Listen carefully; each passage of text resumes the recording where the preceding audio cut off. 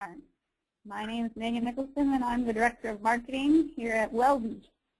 We're happy you've decided to join us today for Patient and Family Education, a multimodal approach to improve the experience. A few housekeeping details before we get started. This webinar is being recorded, and you should receive a link to the recording and slides tomorrow by email. Please feel free to share this webinar with attendees who could not be here today. A question and answer session will immediately follow the presentation. If you have a question for our speaker, please type it into the questions box in your GoToWebinar panel on the right side of your screen. Today's webinar is sponsored by WellBe's Guided Care Path. The Guided Care Path, as part of a multimodal strategy, helps create a single streamlined patient experience through the entire journey of a total joint replacement. It creates a continuum of connection between patients, their families, and their providers. Smart checklists are delivered just in time as patients progress through their care plans. The information is always there for reference when needed in case preparation or follow-up instructions are forgotten. This helps reduce patient anxiety and improve outcomes. To request a free demonstration, answer the poll at the end of this webinar or visit us at wellbe.me. I'd like to introduce our speaker for today. Jack Davis is the Manager of Patient Education Programs at Hospital for Special Surgery in New York City. Jack has over 30 years of experience in orthopedic nursing. He's been an active member of the National Association of Orthopedic Nurses since 1991. Jack currently serves as the Director of the Orthopedic Nurses Certification Board. He's passionate about preparing patients and families for surgery and seeks to improve nursing practice through research, promoting specialty certification, and nursing continuing education. Jack, I'm going to hand it over to you, and you can take it away.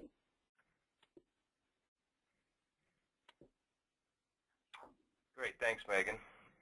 Welcome, everybody. Let me just put this thing on. Okay, hopefully by now you can see my screenshot here, and welcome again for taking time out of your day to attend this session, Patient and Family Education, a multimodal approach to improve the experience. As Megan said, I've been around HSS, or Hospital Special Surgery, for over 30 years. My current role as Manager of Patient Education Programs, I've been in that position for about 5 years. So I'm a little bit more experienced in specific needs of patients and family members, and I sort of lead some of the initiatives at our institution about getting the information to patients and families in a timely fashion. Just a little quick background from HSS, my institution. We're a specialty hospital, musculoskeletal specialty hospital that was established in 1863, so we just celebrated our 150th year. We're 151st now, a little longer than I've been here. We have had success, and we've been recently ranked #1 in orthopedics. For the last few years, we've been in the top hospital according to U.S. News and World Report. We are a magnet hospital. We've in the process of obtaining or submitting our application for our 3rd designation, so redesignation, #3. We are affiliated with Cornell School of Medicine, so we are an academic center. We have a lot of residents and fellows, and we have a very active research division. Very busy institution. We do over 25,000 surgical procedures a year.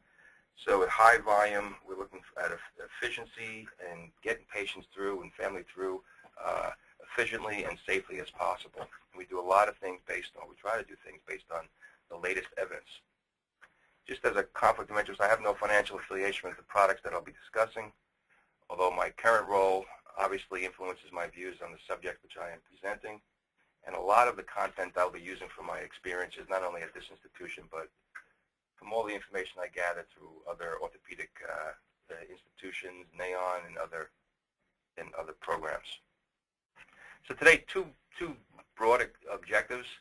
I'm really just going to describe some of the methods used to educate orthopedic patients and their families across the orthopedic continuum, and just hopefully shed some light or help recognize factors that may improve the overall experience. And experience, we'll talk about what that means, but it's the patient and family experience as well as the staff experience. We do have the opportunity here, this great webinar technology, to take a couple of poll questions. Here's the first poll question. And do you routinely use pre-op education class to teach patients? Again, routinely being, more than 50% of the time, yes or no. So I get a sense as to what the audience is using. And whenever Megan has those answers, she can let me know. Yeah, we'll leave it up here for a few seconds, and you can just click directly on the radio buttons next to yes or no to get your vote in. I'm not saying this is the only use. It sort of can be supplemental to other teaching strategies, but I just want to get a sense if people are using the education class. All right.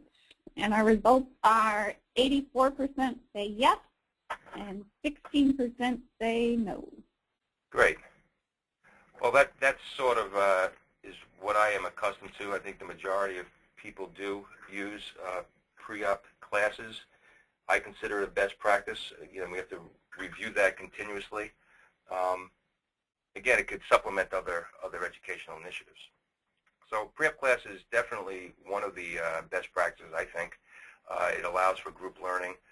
But we also, and I'm sure others, use written materials, have web-based technologies or supplementals, also use individualized patient and family learning.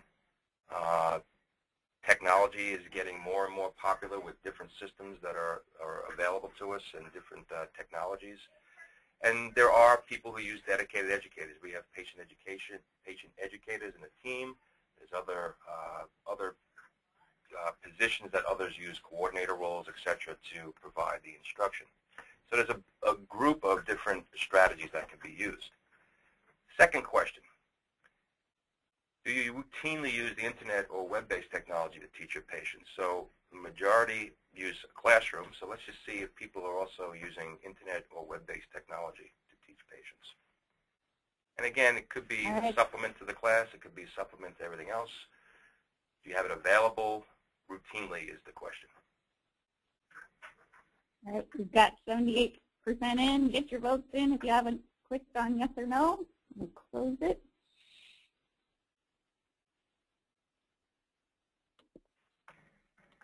All right, for this we have 26% say yes and 74% say no.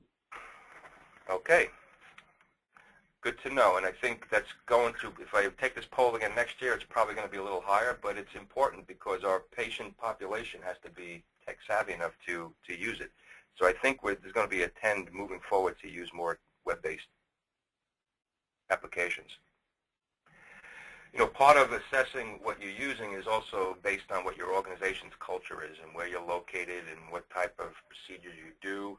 I think a lot of what we do as far as patient education models and strategies really comes from if you can identify a model or framework that you're comfortable using or your organization uses. And oftentimes it's not just like one theory that everybody uses or one model that everybody follows. It's usually a combination of models or frameworks that can be sort of driven backwards to sort of relate to or validate what interventions that you're using. So they come from some type of framework. The transpersonal caring, relationship-centered care, patient and family-centered care, transitional care model, magnet model for nurse negers all have elements that could sort of demonstrate or provide structure in how you can deliver education. I'll go into a little bit more detail in the next couple of slides. Just a couple more questions just to get a sense of where you're at. Poll question number 3. So we talked about your class and your technology, but do you routinely include family in the education of your patients? So again, routinely, I know if they attend the class, you're going to provide it, but is there an effort that you routinely include families in that process? And I can tell you that we, well, I'm not going to bias your polls until it's open, until it's closed. Here, we got 80% in. Get your votes in. We'll go close it here.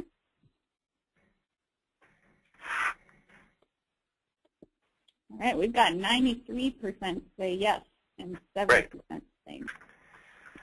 Great. So we are including the family members routinely in our education, which is good to see.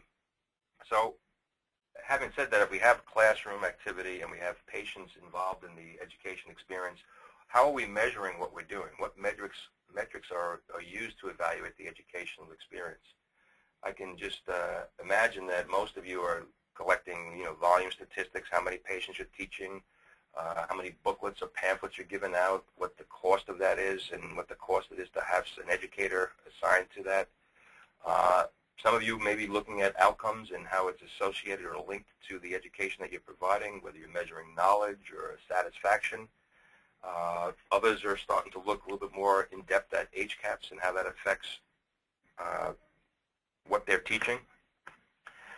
Again, this is I'm not an expert on HCAHPS by any means, but this is something that is actually, it's been on the horizon for a while, and it's making more inroads into the institutional and organizational directions and interventions. HCAHPS, for those who may not know what it is a publicly reported survey of the patient's perceptions of hospital care, and it really measures the satisfaction with their experience. So this is sort of driving, experience now as an issue as opposed to clinical outcome. And again, if you're not on board with it, failure to report in most, hospitals that I'm aware of, if you don't report it, then you don't get as much reimbursement for some of the Medicare or CMS type of insurances. And if you don't get that reduced reimbursement rate, if you get a reduced reimbursement rate, you can also get a less incentive payments. The performance of HCAHPS, if you score low, can be linked to a value-based purchase and incentive payment plan. So the bottom line is that the satisfaction with the experience is going to affect your bottom dollar at some point or another, probably now. So with that being said, one of the last questions, I think I have one more after this, but we'll open the poll. Are you modifying your teaching strategies to improve HCAHPS scores? Are you sort of making that connection yet with what patient education offers and how that could affect your HCAHPS scores? All right, the poll is up, so get your votes in. We've got about half of you select yes or no, and we'll close it in just a few seconds.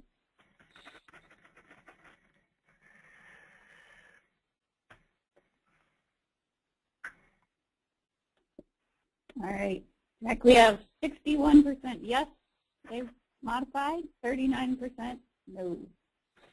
Okay, so the majority is using HCAHPS to sort of, or using the results to drive some of your initiatives. So that goes to the point of, is again, I'm probably preaching to the choir here, but is the education of patient and family relevant? And I think probably all of us will agree that it is a critical component to helping patients successfully cope with and recover from orthopedic conditions and surgery. And again, we're sort of at a somewhat novel or unique position where we can capture patients. Orthopedic surgery is majority elective, so we have some time that we can prepare them for. So if it's relevant to the patients and families, is it relevant? Is it relevant to the organization? And I think the 61% who are using HCAHPS scores are now probably agreeing that it does have relevance to the organization, and it helps or can be used to help set expectations for the hospital experience and the clinical experience. Some of the HCAHPS questions look at nursing and physician care. Are you satisfied with the courtesy and they treat you with respect? Are they listening to the patients? Are they providing teaching of information? Are they responding to you well? Are they helping you manage pain effectively? Are they talking and teaching to you about new medications? Are they responding to your toiletry needs in a timely fashion? So there's a lot of expectations that are that can be prepared for, especially if we have that preoperative opportunity and it's not, it's that elective time frame that we can prepare for it better. Some of the other questions that are looked upon are some environment questions, like, is your room and hospital environment clean? Is the noise levels, conducive to healing? And then the aftercare, how are the discharge process, where you would discharge, how are the transitions, are you satisfied with the steps throughout the process of care? So there is an opportunity, I think, that you can customize some of your pre-op teaching and expectations and reinforce it along the way to influence some HCAHPS experiential data. So the 84% who use pre-op classes, is that really a best practice?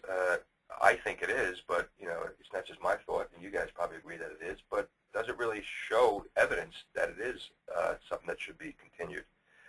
We recently did an evaluation of our programs just to take a look to see what was in the literature, and surprisingly, the pre-op program shows some mixed results in the literature. It does have some, again, mixed results related to decrease in anxiety. Decrease in length of stay has been found. Again, that was probably more so earlier. Some of these research articles are, back 10 years now, when the length of stays were 7 or 8 days. So having length of stays now that are 1 to 2 days for hips and knees, it's hard to say that, it would be 3 or 4 if they didn't get patient pre-op education. But it does show positive effects. Some literature supports also that patients are able to manage their pain more effectively, and that their expectations are more defined and more clearly. Having said that, it's not clear evidence, not overwhelming evidence, but even so, the Joint Commission Disease-Specific Care Certification really requires a formalized program that provides theory and skills to manage disease, and the AHRQ National Guidelines Clearinghouse has the pre-op education program listed as a moderate level of evidence. So there is support out there to continue using pre-op education classes. But it's probably just not the class that has to be used. And I think the overall patient education framework still includes, providing general health information and then taking the steps to facilitate that the knowledge and understanding, the patients understand what you're providing information. But it's more than that. It's actually engaging the patients to take an active role in their care management. So it's the information plus facilitating the knowledge and understanding and taking their active role. And hopefully if they do those three, it'll lead to positive outcomes. And I think it's more than just having, patient education is more than just having the nurse review discharge instructions prior to leaving the hospital. And I really believe this, that it is a means for the nurse to assist the patient in the enhancement and expansion of his ability to provide effective self-care. So teaching the patient to take care of themselves or including the family to participate in the care of their patient is becoming more and more important, especially as there's an increased responsibility to me to educate the patient's family and their caregivers because of our hospital stays that are shorter and shorter, and patients are more likely going home, not going to other facilities. So they're going to be by themselves or with the family member. So you look at a typical total hip or total knee that probably takes 2 to 3 weeks to really recover before they're feeling better, and 6 weeks before they start making real gains, and then 3 months. We see the patients for 2 days, and the other 6 weeks they're pretty much out of our watch. So it's important for them to be able to manage their own care. So again, going back to, what's the best way, or is there a best way or most effective way or method to teach, again, specific to orthopedic patients, again, that luxury of having an opportunity to prepare them before the surgery. And I think sort of bundling these concepts, having combined teaching strategies, repeating that a couple of times, 2 or 3 times along their pathway, getting the patient and family to be engaged in what you're teaching them, and then making sure that whatever you're teaching them is grounded in some type of theory or some structure or some tested modality that can be duplicated and be effective moving forward. So some of the things that we use, and I'm just going to give examples of how we can link to what we do. We are we espouse to the Watson's caring theory as a nurse theorist. And we don't get really deep into following all of her curative factors and really get involved, but we do provide and make it a point that we're exhibiting caring behaviors in everything that we do, or try to.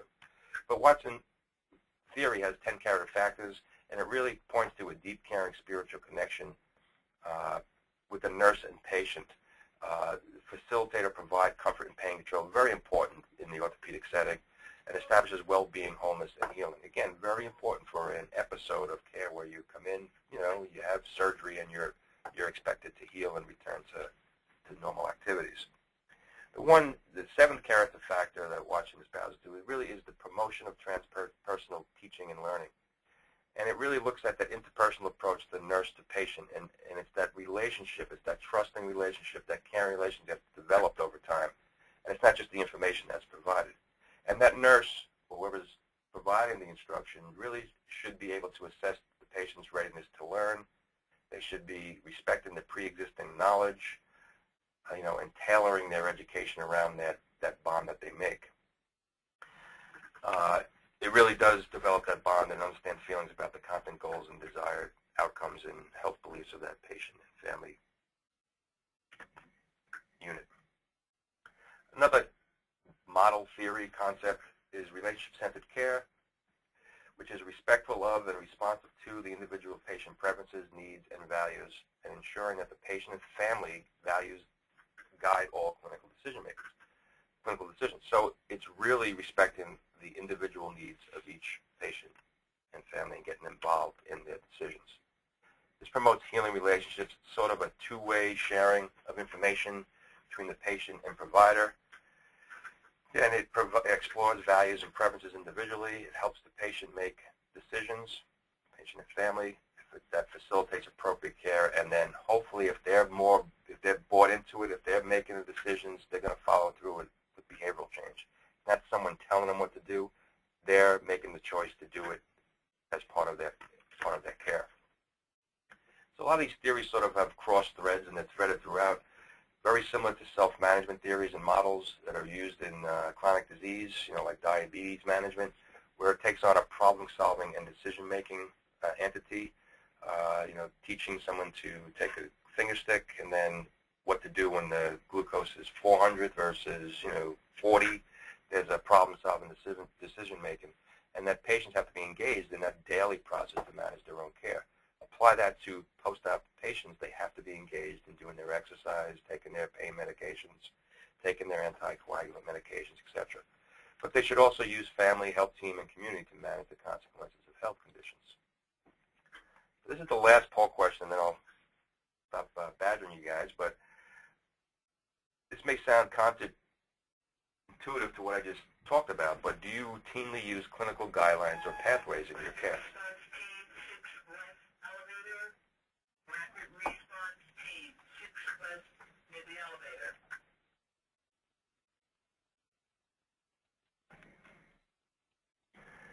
So Megan, is this poll open now? Yeah, we've got 70% in, so get your votes in, and we'll close it in a couple seconds here.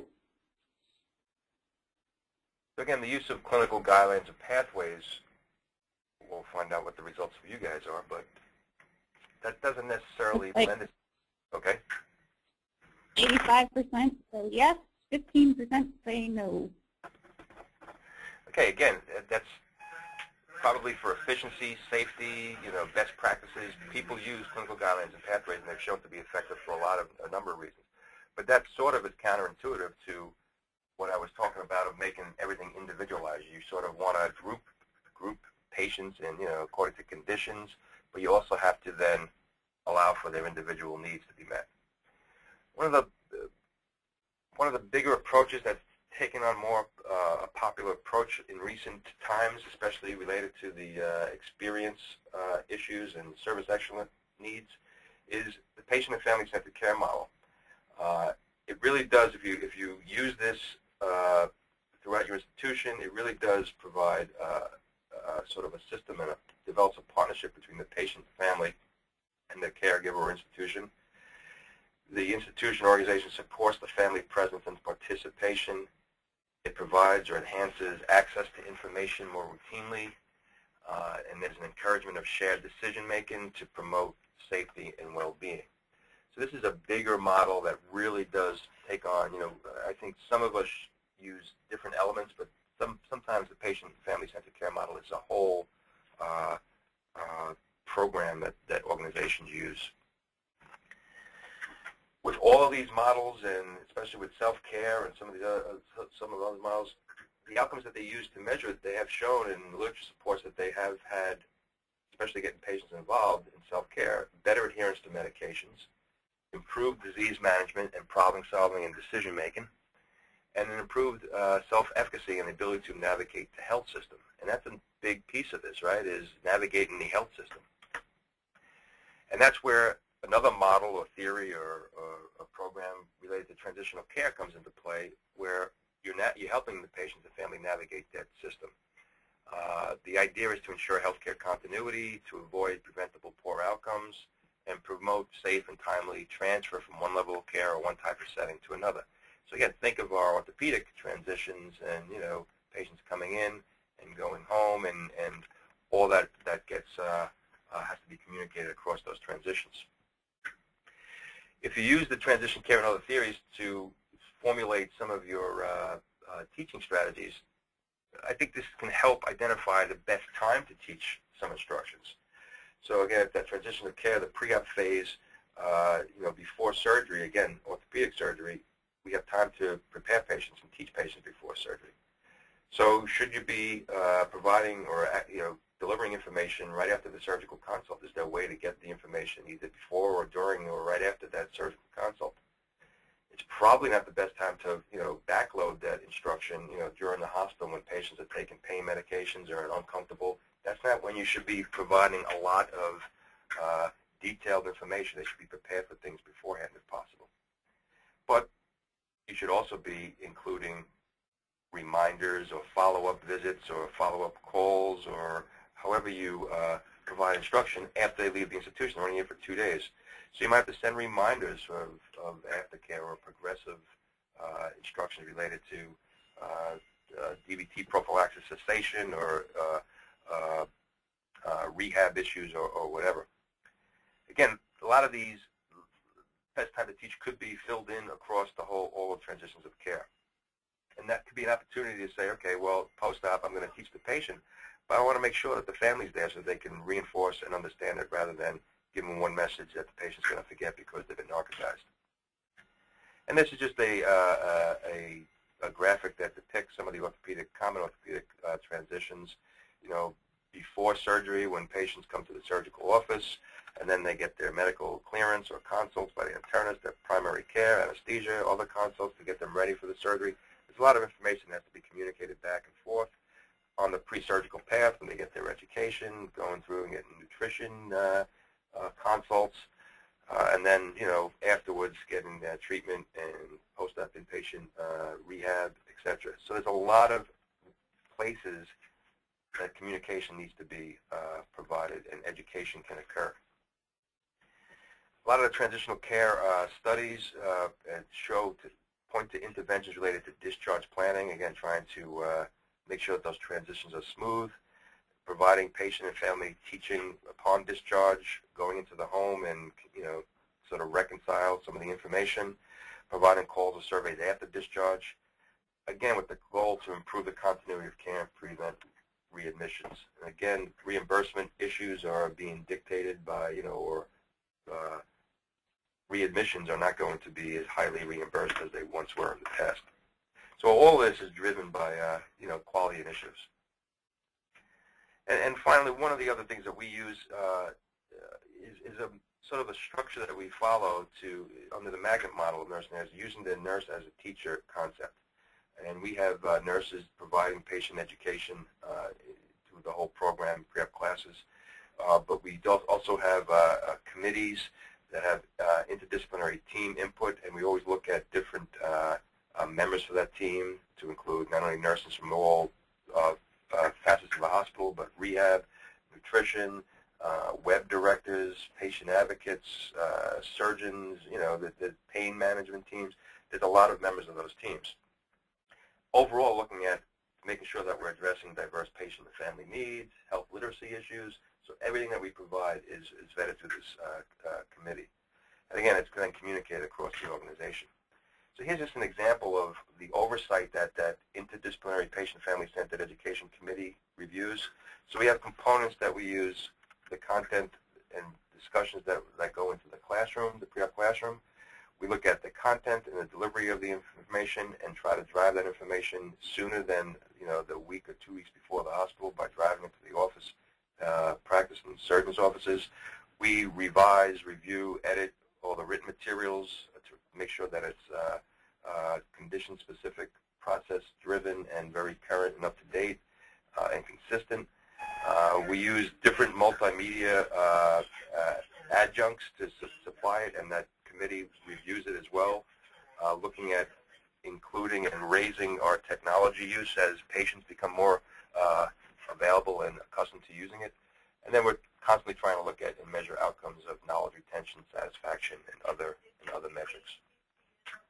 So there's a lot of activity going on for patient education, but there is a challenge, and we know that the challenge is that patients remember and understand less than half of what clinicians explain to them. So what half do they remember? Again, it's a challenge. And we have to take into the fact that patients have all individual barriers to learning. I mean, it depends on what the patient's comorbidities or health status is. It could be dependent if they're taking medications.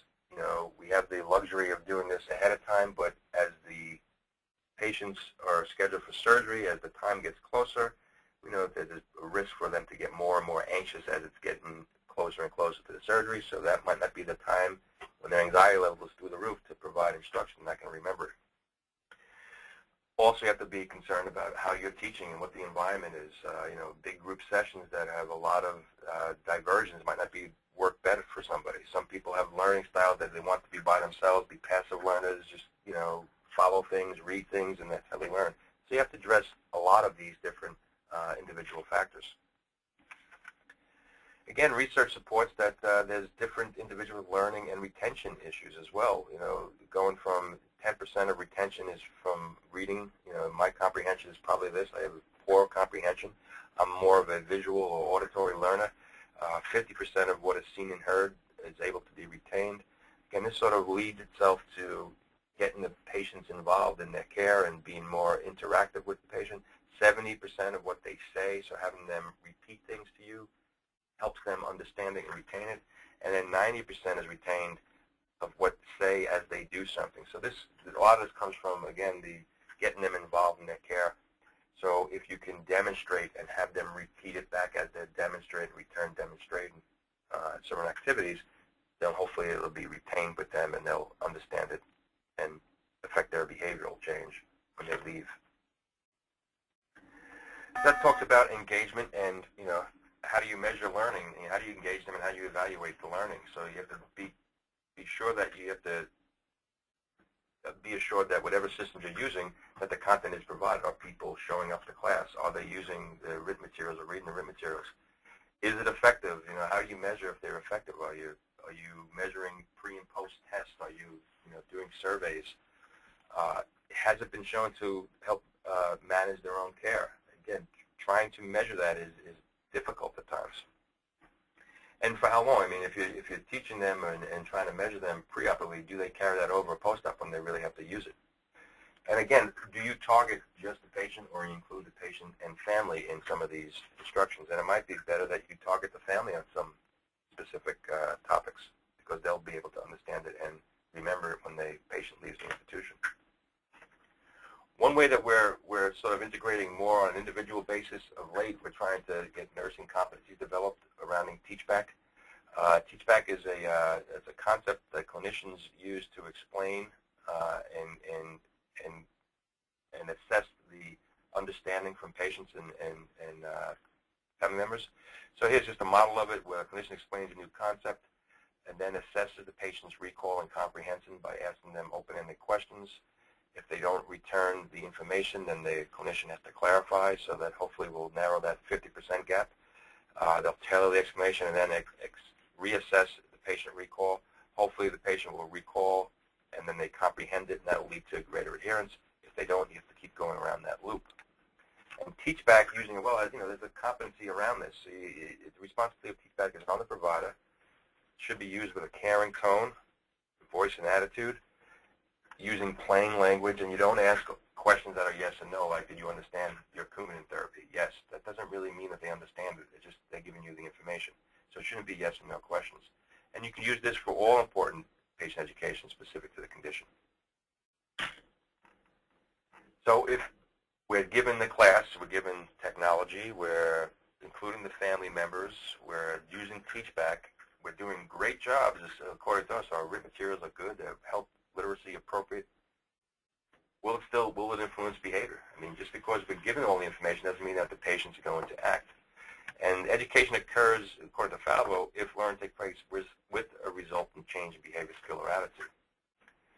So we should sort of, operate under the feeling that we don't know if they're going to comply with it. So we have to maximize our ability to understand learning principles so that we can teach as most effective as possible. And here's some of the learning principles that we should be using in our daily educational practice. Again, getting the patients and families actively involved, assessing their readiness to learn, having the family member talking to them about observing wound 3 weeks or 4 weeks before. They might not be ready to learn that. They probably just blow you off. I'll learn about that at another time. So you have to sort of tailor your instructions to make it timely so that they're ready to learn it. And they have to perceive that relevance. Again, it's probably something that should be repeated usually 2 or 3 times. Generalize the information, especially in the classroom, rather than in very specific detail. They can get bogged down with some of the specific info. Making it as pleasant an experience as possible. We have a classroom. We give patients cookies, nutrition. We try to make it a welcoming environment. We begin with the known topics to get known, so you gradually introduce information to them, and you try to present it at an appropriate rate. So I'm going to shift gears in a few seconds. I'm still on time here. So sort of a summary here. Is there best practices related to orthopedic patient education? And again, I would think if you went to bundle the list, it's probably using a multimodal approach of numerous strategies to address individual learning needs. It should be reinforced across different practice sessions. It include pre-op and discharge instructions, probably a follow-up phone call or some kind of survey that's driven out. And nurses should be equipped with validated evidence-based teaching principles and strategies. And again, engagement of the patient and family in the process is key. And that could mean including them in development of criteria, having them review things before it goes out to other patient populations. We're considering inviting patients or family members as members of our committees just to review things. Some people are probably already doing that. We're trying to figure out the best way to do that at our institution. And I think having all of those multimodal approach should be grounded in different models or theories so that it can be duplicated and there's evidence to support it. Again, there's other models that are available that other people are using, I'm sure. These are the ones that we sort of link some of our interventions and teaching strategies to. So I do think it's more than the pre-op class. I know people, 84% of you use the class. It's a good, definitely something that I, think is well used. It's something that we need to continue. But it's not the only thing. It is about that nurse-patient relationship and how we include the family and convey messages across the continuum. It is about how we assess the individual learning needs and styles. It's about how we reinforce that all across all of our transitions. So improving the experience, again, it really depends on what metrics you're using, right, and how you measure the improvements. I think with the overwhelming majority of people using HCAHPS now and seeing what they are, monitoring those HCAHPS scores and then trying to figure out different interventions to improve it is going to be some measurement of success of improving experiences. But there's other metrics that you can use. Getting feedback from your patient population and family population, by use of focus groups to see what worked and what didn't work, might help improve and drive some process improvements. Again, engaging participants in the process before and after. I know joint camps usually have group involvement and recognition lunches and other things, and that serves to identify issues that could be addressed in the future. Making education and the whole experience convenient for the families and tailoring it to their needs is something that to keep in mind. Again, we looked at clinical guidelines and we looked at, you should be attending the class, a week before. Well, if they can't make it that week, you should have another opportunity to attend a session. Or if you can't come in to your institution, you should provide instruction somewhere else, a webinar or other, phone conversation, individual. However it is, you have to tailor your instructions and your strategies to support the needs of your clients. Again, the more you can expand access to info, the better. Putting different variations and different learning tools across the board. So the shotgun approach might be helpful. Again, using technology to the benefit of your needs as well as to reach patient populations who actually have the ability to navigate technology is key. So I'm looking at my time. I have a few minutes now. I want to talk about sort of the case study. So I'll give you sort of snippets of how we do things here, and then I'll open up for some questions afterwards. So I just want to walk you through some of the methods and strategies that we use at our institution. Again, it's combining some of the written, web-based group learning, individual learning, and the use of technology. So hopefully this clicks onto my website real quick.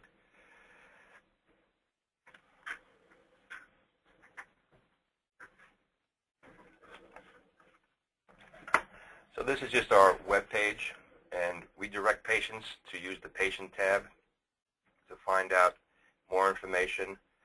Again, it's 3 or 4 clicks. We have the director of our web is on our council structure. We look at patient pre-op education and then pre-op materials.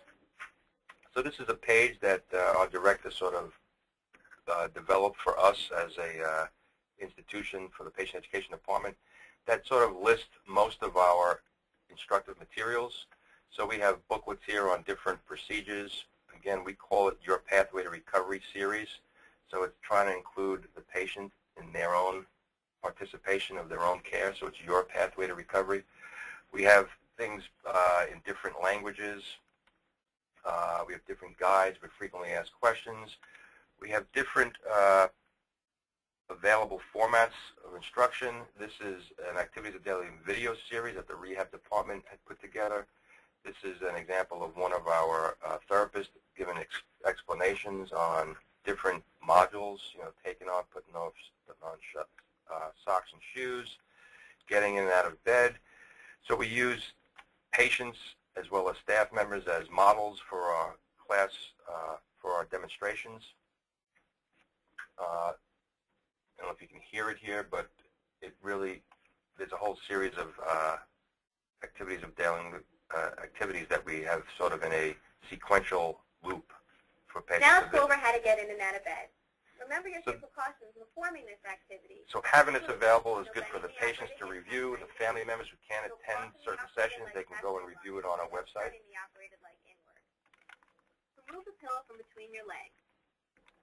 So again, this is all instruction that is developed by us. The content is developed and reviewed by the committee. Here's an example of a book. This is a total knee.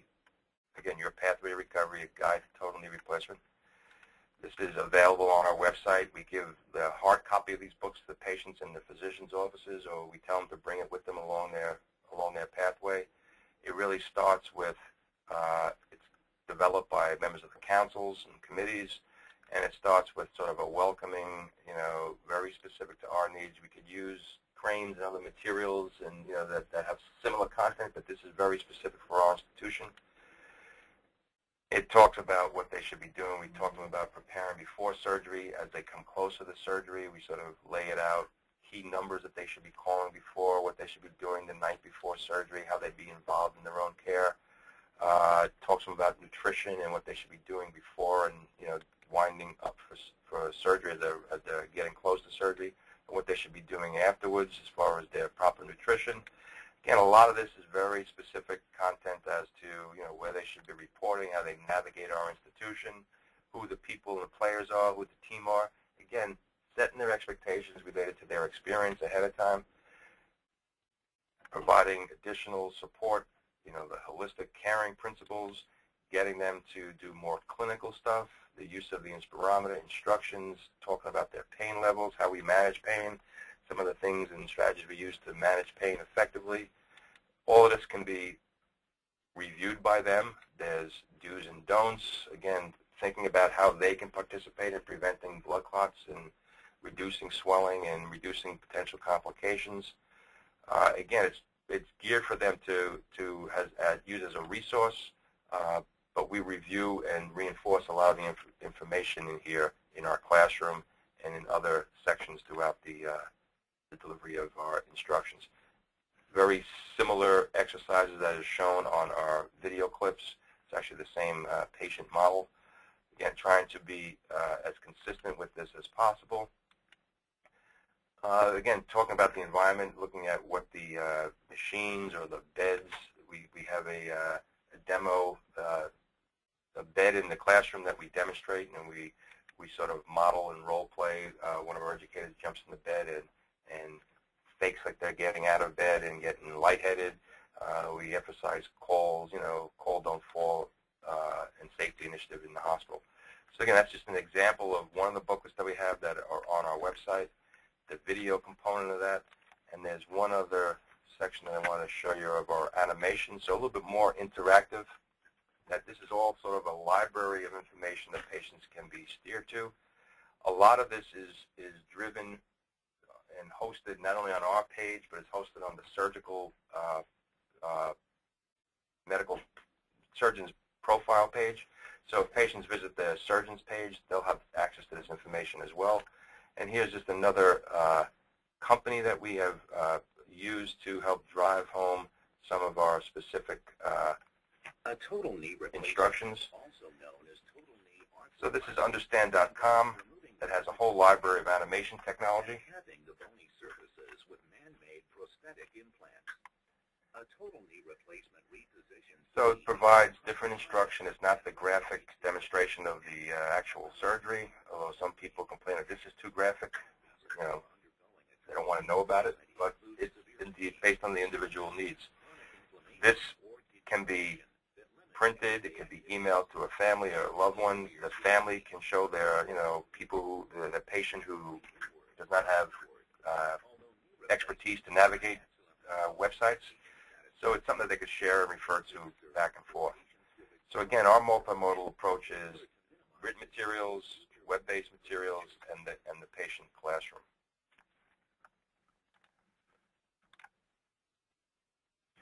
So I'm just going to show you, we have a couple minutes before we open it up. This is an example of the instruction we provide in the classroom. So again, you'll see some commonalities here and some consistency in my slides, and we try to keep it sort of, this is the same for hip and knee. Again, we try to give instructions and we introduce ourselves. We use dedicated educators for the instruction. We have nurses participate in the class as well as therapists and case management representatives. We try to let them know that they're in a great place to alleviate some of their anxiety. We do let them know about, we have a teaching institution, so expect to see a, resident, fellow, attending type of staff.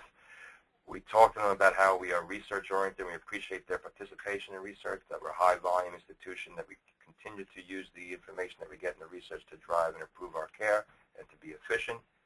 We go from that general to more specific information, introducing the fact that we have 25 or 27 surgeons performing total knee. Each of their care might be a little bit differently, but we're trying to give them overall objectives. Again, looking at reducing and preparing from the hospital experience, we're trying to optimize their recovery and focus on reducing risks. And again, we integrate a lot of our preventive, our JCO mandates, safety initiatives, getting the patient to use the call bell. Again, we use a lot of return demonstration and role play, using speak up campaigns and giving them examples of how they can speak up, and participate in their own care. We talk about identification checks. A lot of the feedback we get from and we put into these slides comes from our press ganey surveys where patients complain or are surprised that their surgeon keeps asking them their last name, and they were, surprised that 75 people asked them their name and their date of birth. I mean, if you prepare them for that experience, hopefully that satisfaction won't be a negative experience. And then we go into, clinical issues, again, similar to what's in the book. We try to use the same graphics as much as possible, and then we go through the pre-op checklist and try to get them ready for what they're going to be encountering, a week or 2 weeks before the surgery. Again, getting them and reminding them that it's your pathway to recovery, that their involvement and their family's involvement is the best results. We we hope and we invite the family members to participate. We look at numbers, and about 50% of our patients bring a family member with them. We're trying to get that number up as best as possible. And we're trying to include the patients in the families in all of our activities and share with them the information that we're providing. Again, getting them to be more active in their process to prevent complications, having them use their surgical scopes beforehand, getting them into mindset that they have to do things. It's not going to be us doing everything for them. Understanding that they should be calling for information, and we'll call them as well, so they have to participate and get on board with it. So this is just our example of what they should be bringing. I'm not going to go into all of this, but it gives them a sort of a sequential approach of what they should be experiencing when they come to the hospital, you know, and again, getting them geared for their experience by being told that they're going to be asked numerous times by numerous people, and all the safety initiatives that we do to keep them safe. We talked about certain things that we do to reduce infection and keep our infection rates very low. Again, they should be aware of what they do when they wake up, right? So they're probably going to be numb from the waist down, etc. You're just trying to brace them for their experience. Keep in mind that they're going to have pain. A lot of patients come in thinking that it's not going to be painful or not as painful as they thought. We have to set their realistic expectations more realistically. And then how we can communicate with this. So all of this stuff is really geared for maximizing their experience here. And it's embedded in our care pathways, but we modify and individualize as best we can based on their needs. So I think I'm going to back out of this now and open this up for questions. If there is any specific questions, I wanted to thank you for your participation. And I'm going to turn it over to Megan so that she can open it up for some discussions. Okay, Megan? Thank you, Jack, for that informative presentation. We will now open it up for questions. If you have a question for our speaker, please type it into your questions box in the GoToWebinar panel on the right side of your screen. While attendees are submitting their questions, I wanted to remind everyone that today's webinar is sponsored by WellBe's Guided Care Path. Guided Care Path, as part of a multimodal strategy, helps create a single streamlined patient experience through the entire journey of a total joint replacement. It creates a continuum of connection between patients, their families, and their providers. Smart checklists and reminders are delivered just in time for bite-sized information delivery as patients progress through their care plans. The information is always there for reference when needed in case preparation or follow-up instructions are forgotten. This helps reduce patient anxiety and improve outcomes. To request a free demonstration, please respond to the poll on the screen now.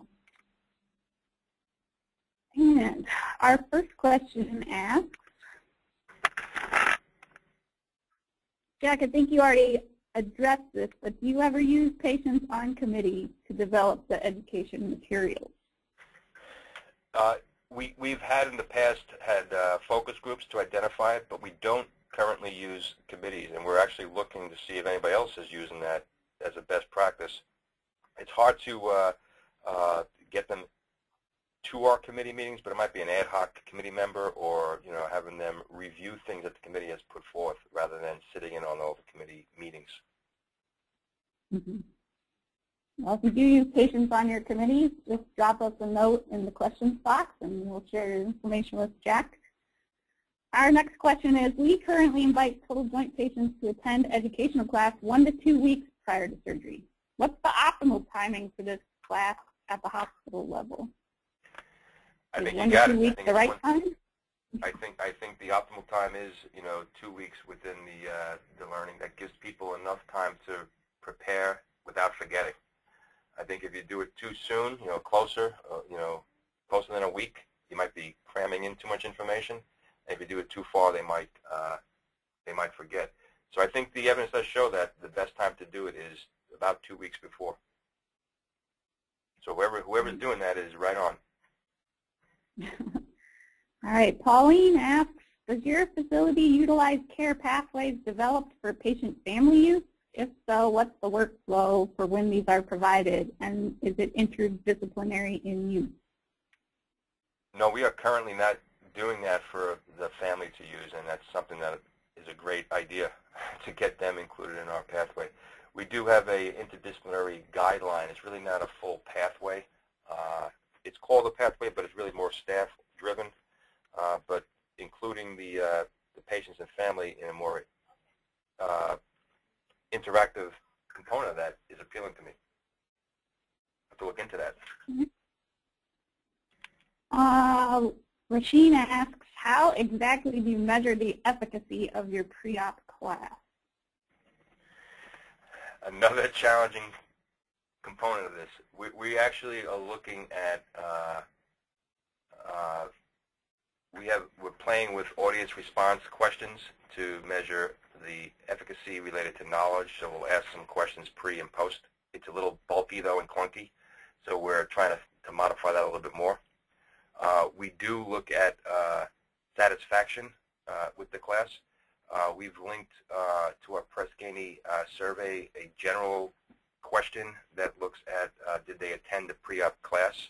In the past, one of the metrics, one of the questions was how satisfied were you with the pre-op information, but we weren't able to differentiate if they came to the class. They might have gotten their information somewhere else. So we've been linking that question and then comparing patients who attended the class and patients who didn't and looking at their satisfaction stats. And fortunately for my job, it's been a pretty significant change where more patients are better satisfied by coming to the class than not. So, and it's the 1 point swing is what our service excellence people look at, and we've actually had 7 and 8 point swings in patients who attended the class related to overall satisfaction. That's another measure. That's great. Paul asks, have you used a patient navigator to enhance the patient experience, coordinating the continuum of care, patient education, and single source to contact through the patient's episode of care? No, we haven't. And again, we're sort of hamstrung quite often by the sheer volume that we have. We do over 3,500 total knees and 3,500 total hips a year.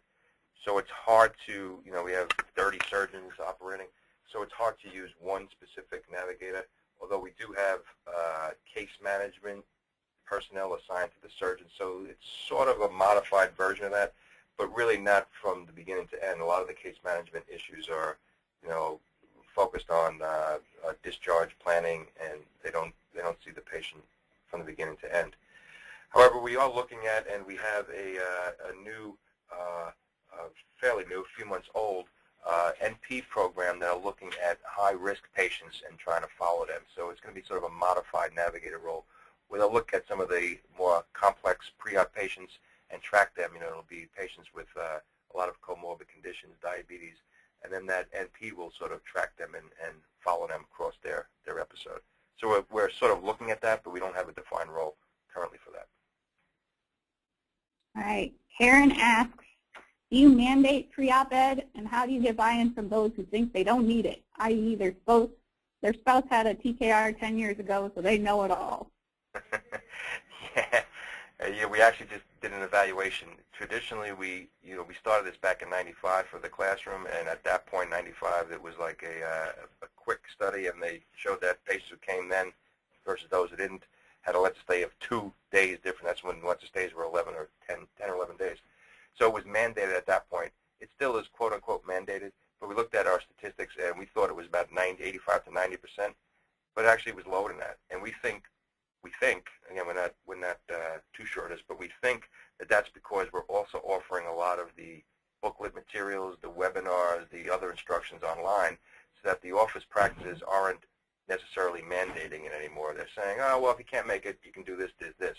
So currently we're in about the 70 percentile range, and we're looking at efforts to try to improve attendance, because we think there's value in doing all of it, and there's certainly value in that group learning environment and assessing the patients and answering questions and then learning from each other.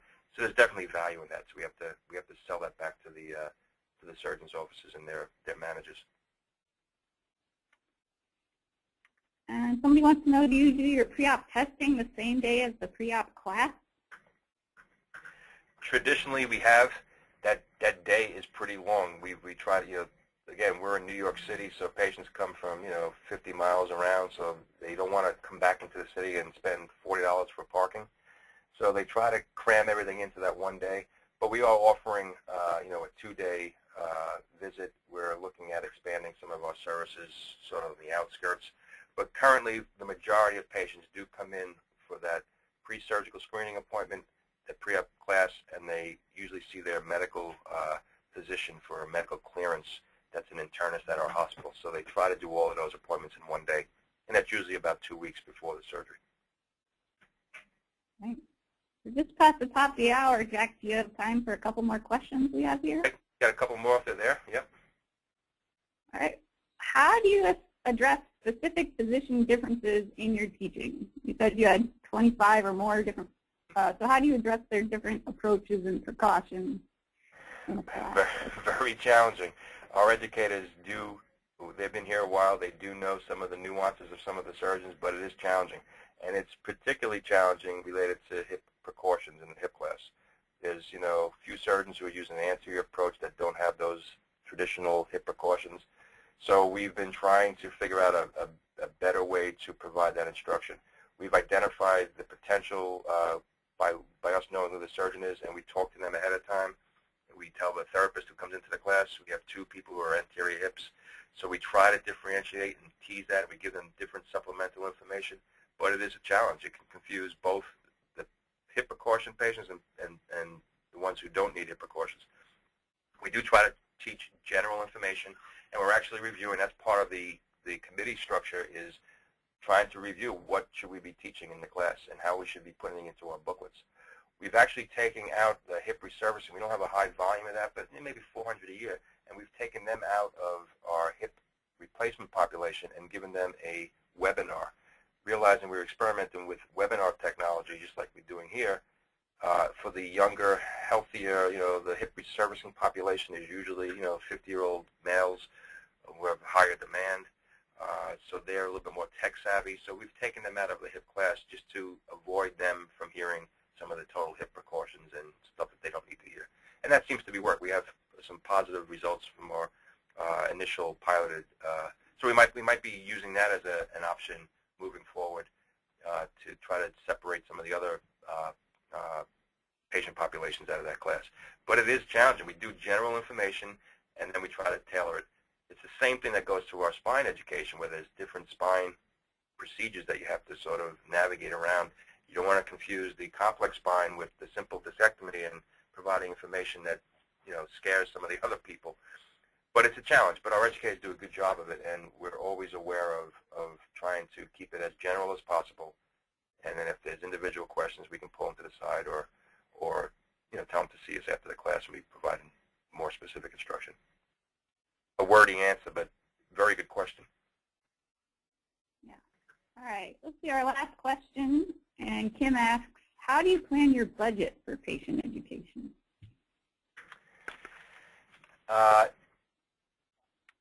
Another challenging question. We have a budget for different items related to our booklets and printing. We have staff. It's always evaluated as to the staff roles and how to utilize them other than the patient education classroom. The educators are dedicated educators, but they also participate in community service, community education, research. So our budget is basically, our budget is basically for the materials that we use and the staffing. And we get the overall distribution for nutrition in the class. I mean, it's minimal compared to some of the other expenditures. But it is a topic of conversation that, how many educators do we need to do this, and what materials do we use, and the cost for, the technology that we're using on the website is distributed greater than just the patient education department. Great. Well, that's all the time we have for today. If you have questions that you didn't have a chance to ask or you think of them later, feel free to email them to info@wellbe.me, and I can forward them to Jack or get back to you. Everybody watch your email tomorrow for a link to the recorded presentation and a PDF of Jack's slide set. Thanks for joining us, and have a great day. Okay, thanks, Megan. Thanks, everybody.